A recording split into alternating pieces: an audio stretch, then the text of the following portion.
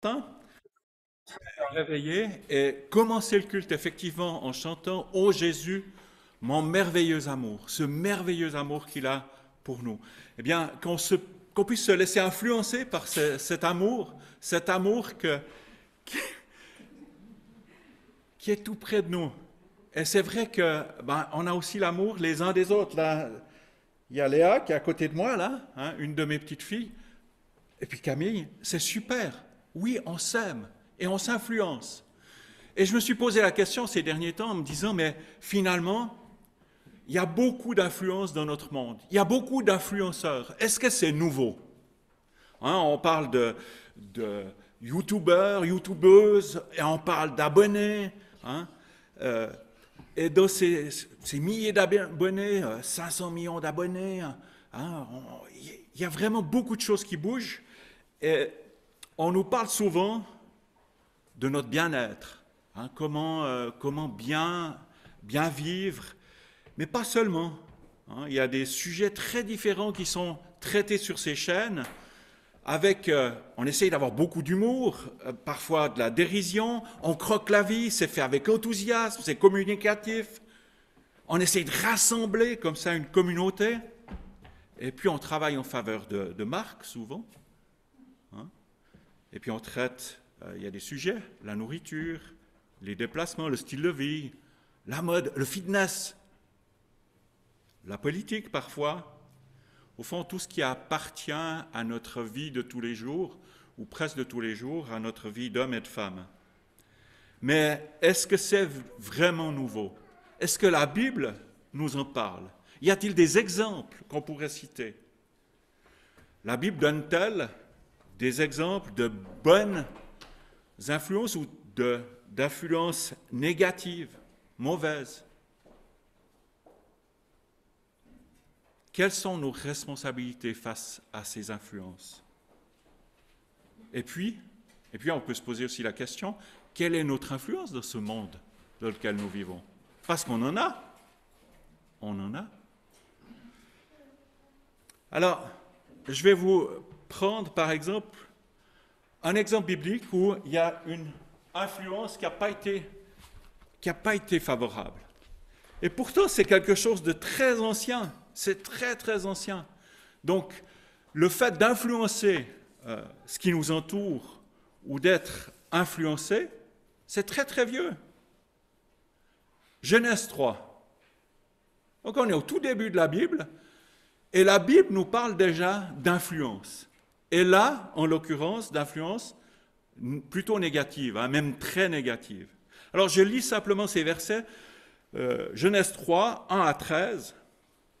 Le serpent était le plus rusé de tous les animaux sauvages que l'Éternel avait fait. Il dit à la femme, Dieu a-t-il vraiment dit, vous ne mangerez aucun des fruits des arbres du jardin? La femme répondit au serpent, nous mangerons du fruit des arbres du jardin. Cependant, en ce qui concerne le fruit de l'arbre qui est au milieu du jardin, Dieu a dit, vous n'en mangerez pas, vous n'y toucherez pas, sinon vous mourrez. Le serpent dit alors à la femme, vous ne mourrez absolument pas. Mais Dieu sait que le jour où vous en mangerez, vos yeux s'ouvriront et vous serez comme Dieu. Vous connaîtrez le bien et le mal.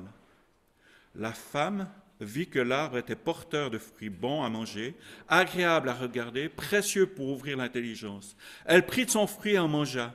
Elle en donna aussi à son mari qui était avec elle et il en mangea.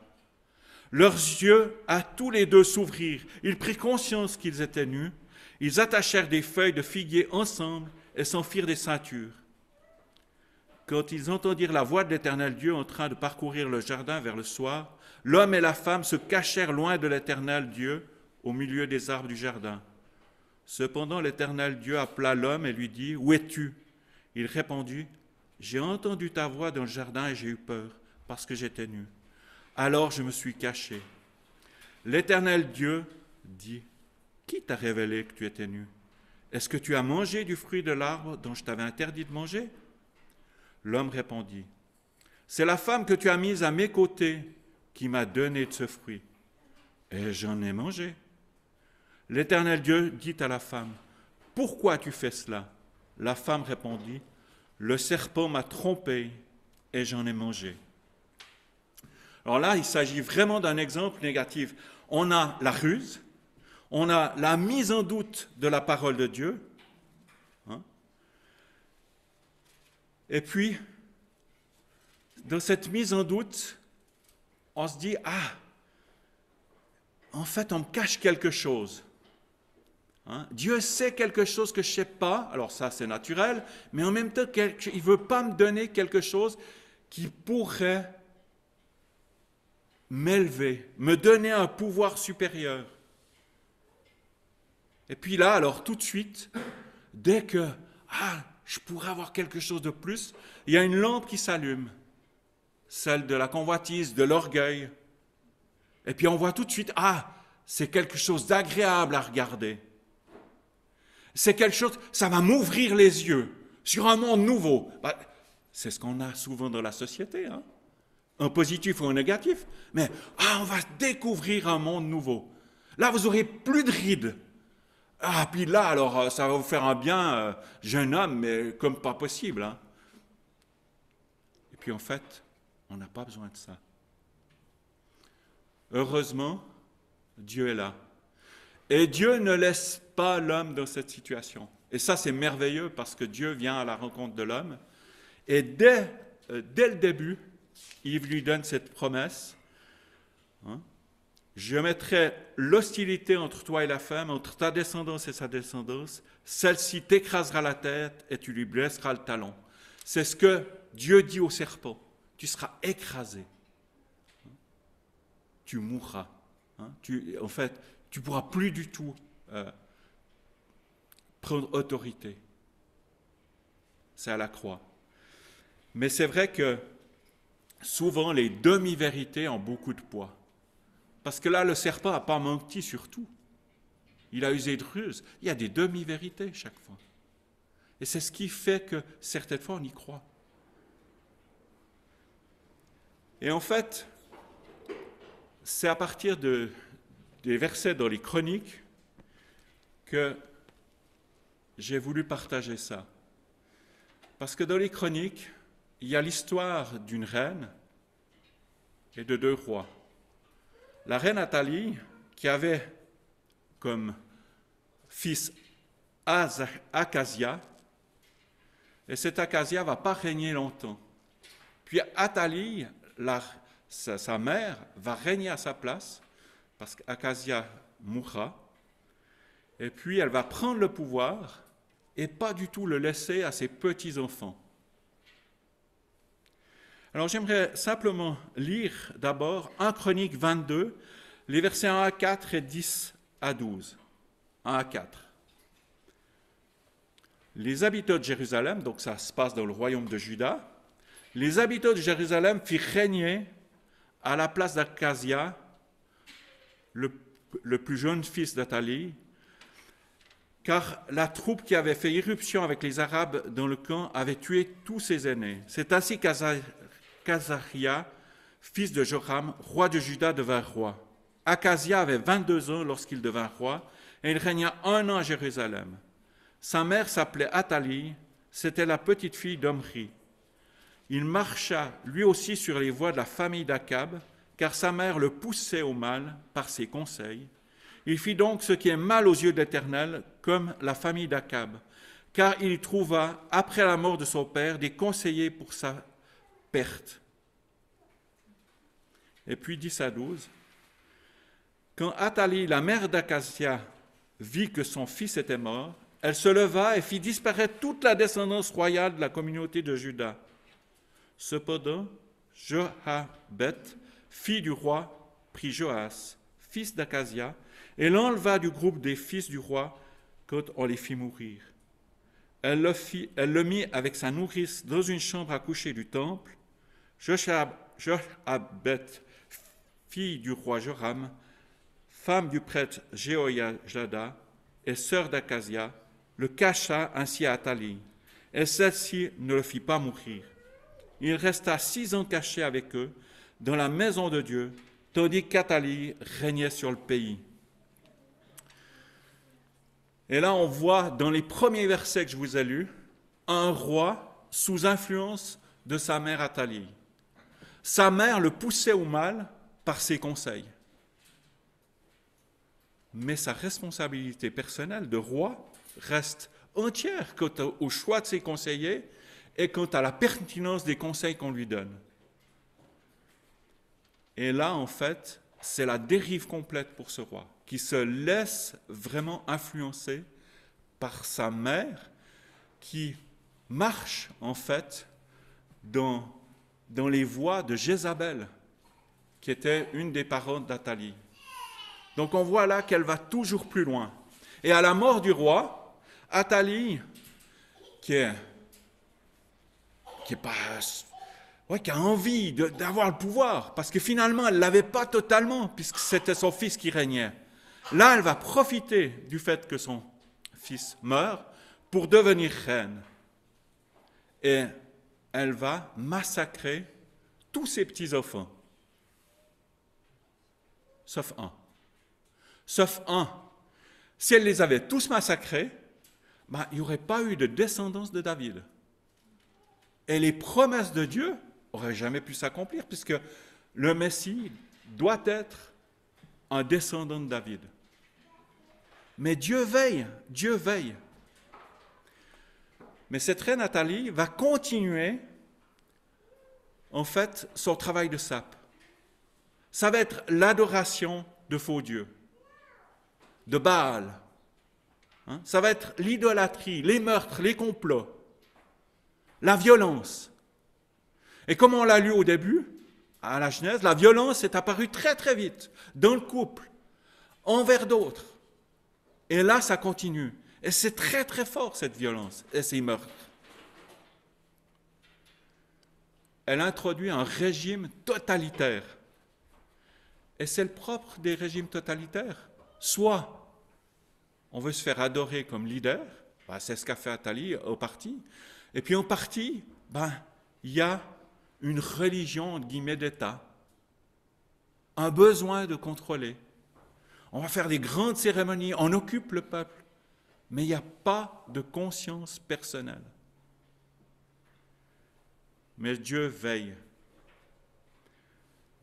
La Bible, est-ce qu'elle nous donne quand même, parce que là je vous ai cité 2 exemples négatifs, est-ce qu'elle nous donne des exemples d'influence positive? Il y en a déjà une. Il y en a déjà une, c'est une femme courageuse, Jochebed, qui se dit, non mais c'est pas possible, je vais sauver un de mes neveux, et elle va sauver Joas. Elle va avoir une influence déterminante sur Joas. Et puis là aussi, on voit que, moi je trouve que c'est un couple merveilleux, il n'est pas dit grand-chose de Jéhojada et de Jochebed. Mais on voit qu'il y a une complicité malgré tout entre les deux, parce que quand Jochebed va installer Joas avec sa nourrice dans une des chambres du temple, il n'est pas parlé que Jéhojada était opposé. Donc on voit qu'il y a une certaine complicité. Et puis il y a 3 personnes au début qui sont au courant. Et c'est là où on voit la main de Dieu. 3 personnes au courant, et pendant 6 ans, il y aura un confinement. Ce petit, il va être pendant 6 ans, un peu caché, mis à l'écart. Et Athalie ne va pas le connaître. Il reste 6 ans où les gens doivent se taire. Mais 6 ans aussi où il va bénéficier, au fond, de l'accompagnement, de l'influence de ses parents d'adoption, c'est-à-dire du sacrificateur et de la femme du sacrificateur. Et au bout de ces 6 ans, lorsque Joas a 7 ans, Jéhojada, le prêtre, s'arme de courage et il va prendre toutes les dispositions nécessaires pour mettre Joas sur le trône. Et il va dire aux différentes personnes, venez, et on va mettre maintenant Joas sur le trône. Et toute l'assemblée d'Israël, des gens de Juda, fit alliance avec le roi, Joas, dans la maison de Dieu. Jéhoiada leur dit, voici le fils du roi, c'est à lui de régner, conformément à ce que l'Éternel a déclaré à propos des descendants de David. Les conséquences, c'est dans le chapitre 23, ça va être la mise à mort d'Athalie. On va l'écarter, mais ça ne va pas être un spectacle, on va simplement rendre justice. On va l'écarter, elle sera mise à mort, et puis il y aura un vrai retour à Dieu. Jéhoiada, il est dit, Jéhoiada conclut entre lui, tout le peuple et le roi une alliance par laquelle il devait être le peuple de Dieu. Tout le peuple se rua vers le temple de Baal, ils le démolirent, brisèrent ses autels et ses statues, et ils tuèrent Mathan, le prêtre de Baal, devant les autels. Jéhoiada confia la responsabilité de la maison de l'Éternel aux prêtres lévites, comme ça devait être le cas. C'était eux que David avait réparti en classe et chargé de la maison de l'Éternel pour qu'ils offrent des holocaustes à l'Éternel, conformément à ce qui est écrit dans la loi de l'Éternel de Moïse. Cela se passa au milieu des réjouissances et des chants composés par David. Il y a un retour vraiment à la parole. Et là, on voit l'influence de Jéhoiada. Il prend les choses en main avec courage. Et ce Jéhoiada, ce prêtre, a une vraie influence sur le roi Joas. Parce qu'il est dit, Joas fit ce qui est droit aux yeux de l'Éternel pendant toute la vie du prêtre Jéhoiada. Joas va restaurer d'ailleurs le temple. Et il va donner l'ordre de restaurer le temple. Et les sacrificateurs et les lévites ne vont pas tellement se bouger au début. Et Joas va dire non, il faut que vous vous bougiez. Il rassembla les prêtres et les lévites et leur dit, parcourez les villes de Juda, récoltez de tout Israël chaque année de l'argent pour réparer la maison de votre Dieu. Menez cette affaire avec empressement. Ça, c'est le roi qui le dit. Mais les Lévites ne montrèrent aucun empressement. Le roi appela le grand prêtre Jéhoiada, lui dit, pourquoi n'as-tu pas veillé à ce que les Lévites apportent de Juda et de Jérusalem la contribution prescrite par Moïse, serviteur de l'Éternel, à l'assemblée d'Israël pour la tente du témoignage. En effet, l'impie Athalie et ses fils ont dévasté la maison de Dieu. Ils ont même employé pour les Baals tous les objets consacrés à la maison de l'Éternel. Et là, il va secouer les personnes, les responsables, les Lévites, les sacrificateurs. Et les choses vont s'améliorer. Il y aura un véritable réveil. Il est dit dans la parole, ceux qui étaient chargés des travaux se mirent à l'œuvre et la restauration progressa entre leurs mains. Ils remirent la maison de Dieu en état et la consolidèrent. Lorsqu'ils eurent terminé, ils apportèrent le reste de l'argent au roi et à Jéhoiada, et l'on en fit des ustensiles pour la maison de l'Éternel, des ustensiles pour le service et pour les holocaustes, des coupes et des autres ustensiles en or et en argent. Pendant toute la vie de Jéhoiada, on offrit constamment des holocaustes dans la maison de l'Éternel. Il est dit, pendant toute la vie de Jéhoiada, on offrit constamment des holocaustes dans la maison de l'Éternel. Il n'est pas dit pendant toute la vie de Joas. Ah, il y a peut-être quelque chose. Cette remarque nous fait bien présager que Joas, sans les conseils précieux de Jéhoiada, va peut-être subir d'autres influences et ne va pas aller dans ce même chemin. Et très vite, d'ailleurs, on le lit dans la parole, après la mort du sacrificateur Jéhoiada, les chefs de Juda vinrent se prosterner devant le roi. Celui-ci les écouta alors, ils abandonnèrent la maison de l'Éternel, le Dieu de leurs ancêtres, pour servir les Astartés et les idoles. Ça va pas long, Ça va pas long que, hop, ça bascule. Alors, on peut se poser la question, est-ce que c'était de la flatterie? Parce que là, on voit que les chefs de Juda viennent se prosterner devant le roi. De l'orgueil de la part de Joas? Mais Joas écoute ses mauvais conseils. Il abandonne l'Éternel et il sert les idoles. Ce dérapage va très vite, très loin. Et souvent c'est ça. C'est que le péché, on commence petit à petit, on abandonne, et ça va toujours plus loin. Et j'aimerais simplement rappeler peut-être le psaume 1. Combien on se laisse facilement emporter. On ouvre une porte, et puis il y en a une autre qui s'ouvre, presque automatiquement. Il est dit dans le psaume 1, « Heureux l'homme qui ne marche pas selon le conseil des méchants, qui ne s'arrête pas sur la voie des pécheurs, et qui ne s'assied pas en compagnie des moqueurs. » C'est intéressant parce que on prend simplement les noms. Le conseil des méchants. Le conseil. D'abord, il y a des conseils. Alors, on écoute les conseils des méchants. Puis après, la voie des pécheurs. Le conseil des méchants nous entraîne vers la voie des pécheurs. Et puis après, on est en compagnie. On n'est plus seulement dans la voie, on est en compagnie des moqueurs et des pécheurs. Puis maintenant, si on prend les verbes, c'est aussi intéressant les verbes. Parce que les verbes qui ne marchent pas, on commence à marcher dans le conseil des méchants. Puis après, on ne fait pas que marcher. Tout d'un coup, on s'arrête. On s'arrête sur la voie des pécheurs. Puis on ne fait pas que s'arrêter. On s'asseye. Et qui ne s'assied pas en compagnie des moqueurs.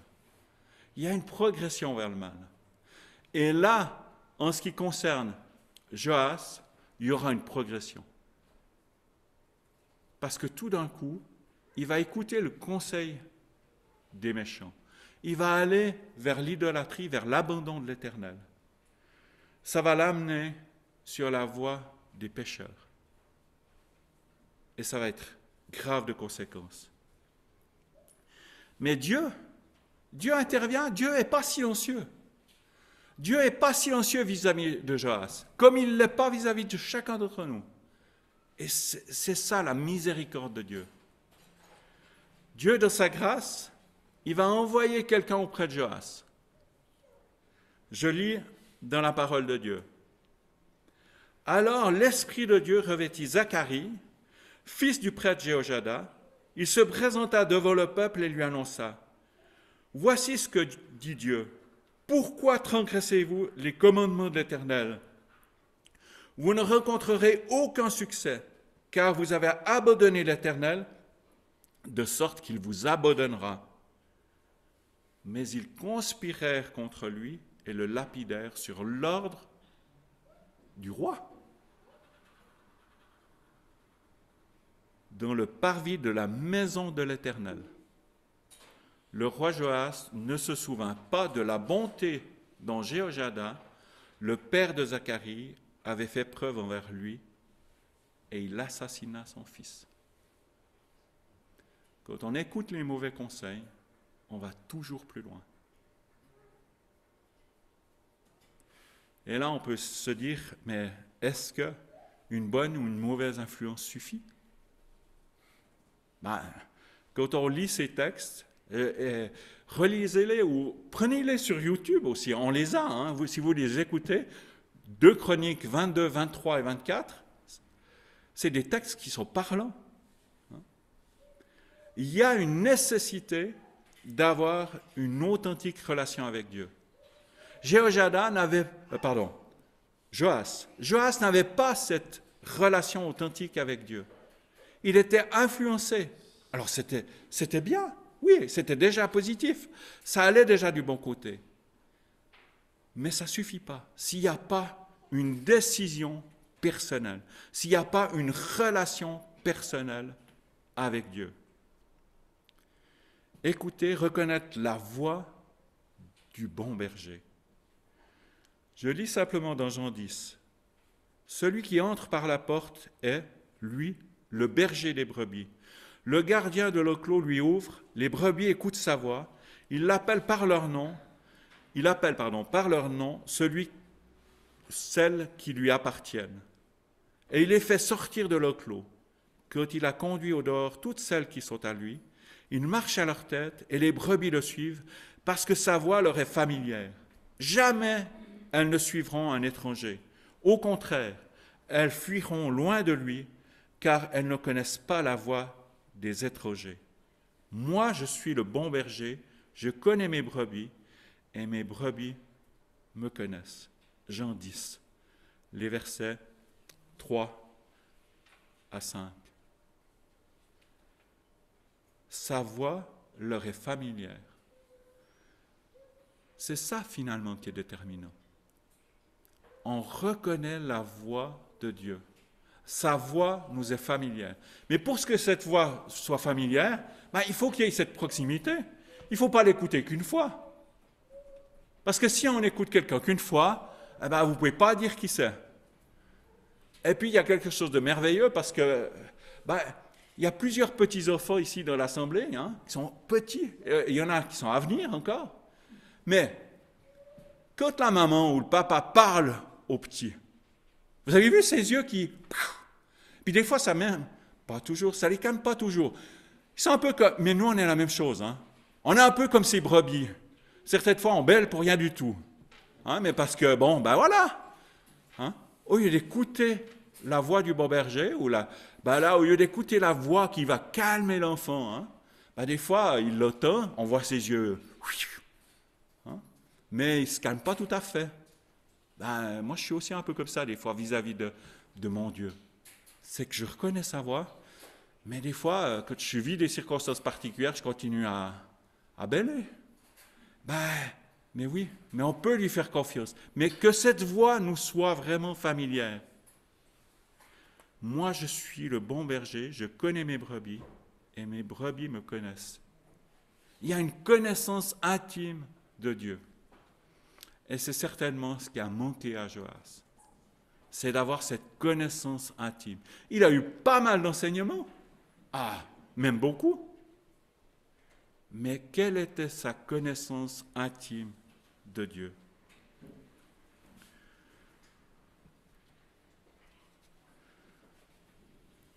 Notre influence, en tant que chrétien, c'est clair qu'on l'a. Si on marche dans cette intimité avec Dieu, c'est vrai qu'on l'a.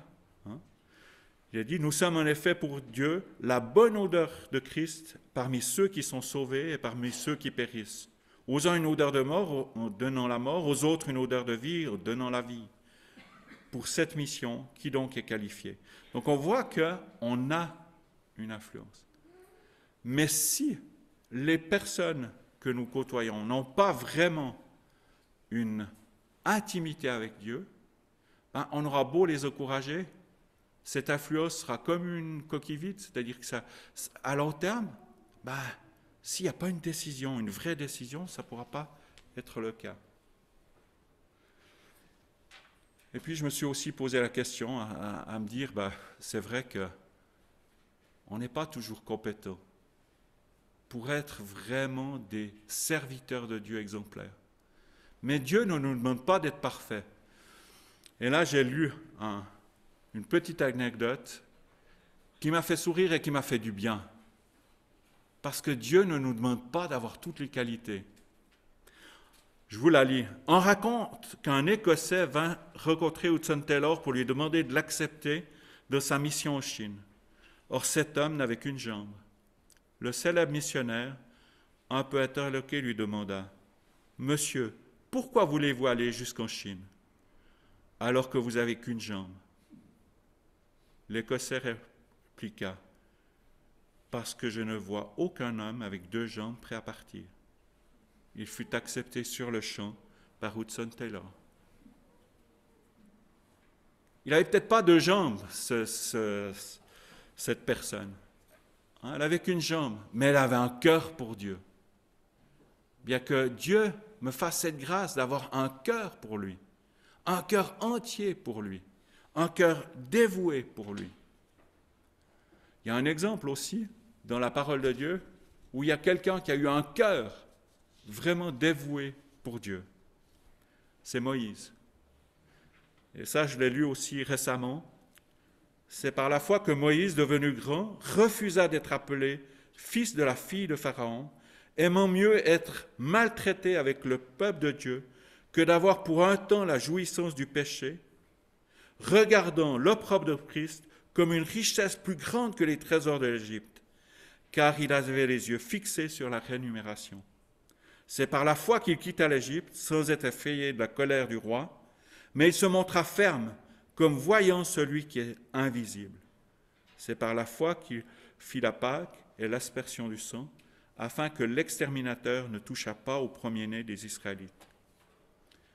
Moïse se montra ferme, comme voyant celui qui est invisible. Déterminant une authentique relation avec Dieu. Et je vais finir par 2 témoignages. Un premier témoignage que vous connaissez, mais qu'il est peut-être important de rappeler, parce que c'est une jeune fille de 19 ans. 19 ans, ça ne fait pas vieux.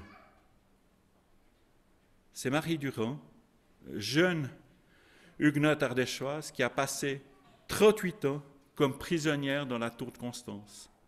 En juillet 1730, la jeune fille n'a que 19 ans quand elle franchit les portes de la tour de Constance à Aigues-Mortes. Elle y est restée 38 ans, fidèle à sa foi jusqu'à son dernier souffle. 38 années de réclusion pour avoir lu la Bible. 38 années pour avoir refusé d'abjurer sa foi en Jésus, seul sauveur. Une femme que l'on a voulu détruire, mais qui, dans la tour de Constance, a gravé ce simple et puissant mot, résister. Et puis un témoignage actuel, c'est en Iran. Injustement emprisonné en raison de sa foi, il remercie Dieu. Ahmed est un chrétien d'arrière-plan musulman, a commencé à purger sa peine de 10 mois de prison pour une prétendue propagande contre la République islamique d'Iran. Loin de perdre la foi, il préfère remercier Dieu. Le 27 juillet dernier, donc c'est tout récent, 1 mois et des poussières, Ahmed, 31 ans, s'est présenté à la prison centrale de Karach, condamné pour propagande contre la République islamique d'Iran. Il devrait y rester une durée de 10 mois. Mais à travers les épreuves, la foi du jeune homme demeure inébranlable. Juste avant de se rendre en prison, Ahmed a enregistré une courte vidéo dans laquelle il explique le réel motif de sa condamnation. C'est son engagement en tant que disciple du Christ et non en tant qu'ennemi de son pays ou du régime. Ahmed a été arrêté par des agents du ministère de renseignement. C'était il y a 2 ans et demi, alors qu'il quittait son domicile de Fardis, le matin du 23 juillet 2019. Ce jour-là, les agents ont fait une descente à son domicile et ont confisqué tous les documents chrétiens en sa possession, Bible et ouvrages théologiques. Ses disques durs ont également été saisis. Mais reconnaissant, emmené en prison à Karach, maintenu à l'isolement pendant 10 jours, Ahmed a été interrogé et soumis à d'odieuses propositions. S'il coopérait en devenant un informateur aux dépens d'autres chrétiens, il serait libre et n'aurait plus de soucis à se faire pour ses finances. Refusant ce chantage, il a été battu par ses geôliers. Ahmed a finalement été libéré sous caution, mais il n'en avait pas pour autant fini avec la justice de son pays.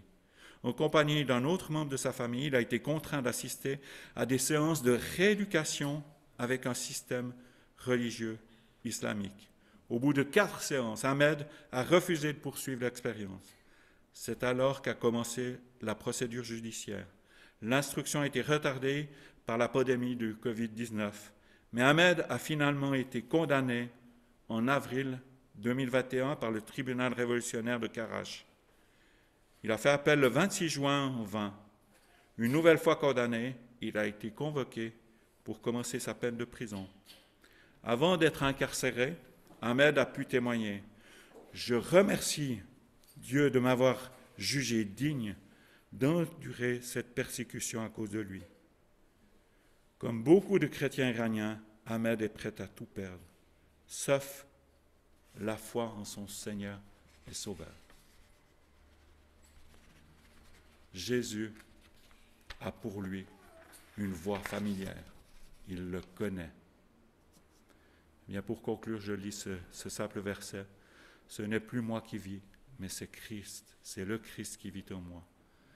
Car ma vie humaine actuelle, je la vis dans la foi au Fils de Dieu, qui m'a tant aimé et qui a donné sa vie pour moi. Seigneur Jésus, merci. Merci pour ces témoignages. Merci parce que tu nous montres que nous avons à dépendre de toi. Nous n'avons pas simplement à être confrontés à toutes sortes d'influences, positives ou négatives, d'influences d'autres croyants, d'influences de parents, de frères, de sœurs. Cela ne suffit pas. Seigneur, tu veux vraiment que nous ayons cette intimité avec toi, que nous puissions reconnaître ta voix, que ta voix nous soit familière. Et Seigneur, nous voulons te louer pour ces frères et sœurs qui ont accepté d'endurer la prison, parfois la mort, mais Seigneur, qui ont gardé la joie de t'appartenir. La joie de l'Éternel sera votre force. Et bien que cette joie de l'Éternel puisse nous inonder aujourd'hui, dans les jours qui viennent, dans nos circonstances. Tu vois, Seigneur, que nous vivons tous des circonstances particulières. C'est peut-être pas la prison, mais c'est la santé, c'est les difficultés. C'est peut-être des proches qui s'éloignent de toi. Et tu vois que cela nous blesse peut-être.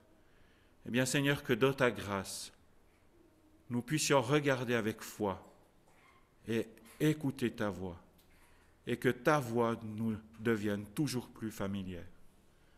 Dans le nom de Jésus. Amen.